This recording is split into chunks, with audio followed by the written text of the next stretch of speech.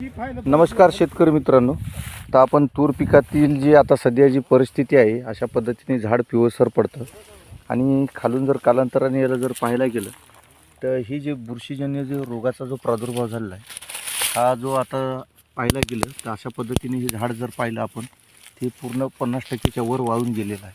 आणि या झाडाला जर आपण जर काढलं तर या झाडाची जी पोझिशन आहे ही बुरशीजन्य रोगाचा प्रादुर्भाव झालेला आहे. आणि अशा अवस्थेमध्ये याला काय करायला पाहिजे की ह्याच रोगाची लागण दुसऱ्या झाडाला होऊ नये.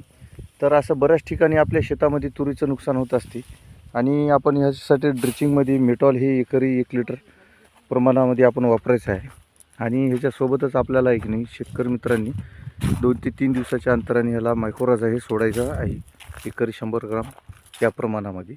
तर आता बऱ्याच ठिकाणी आपल्या तुरीला हे जे उधळण होत असते, अशा अवस्थेमध्ये आपण याला हे ड्रिचिंग करून घ्या.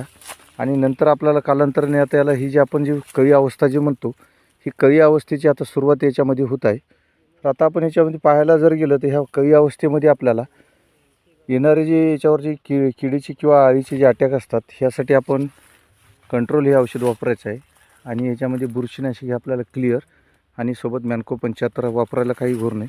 पण शेतकरी मित्रांनी याच्यामध्ये सूक्ष्म अन्नद्रव्याची पण गरज तेवढीच आहे भासणं देणे याच्यामध्ये. आणि ही जर मिळाली अवस्था आणि जर फवारणी आणि ड्रिचिंग दोन्ही जर झालं तर आपल्या निश्चितच तुरीचं होणार नुकसान आहे हे टळल्या जाईल. आणि अशाच नवीन व्हिडिओसाठी माहितीसाठी तुम्ही आम्हाला फॉलो करा आणि सबस्क्राईब करा. माझा नंबर घ्या 95 27 00 36 66. धन्यवाद मित्रांनो.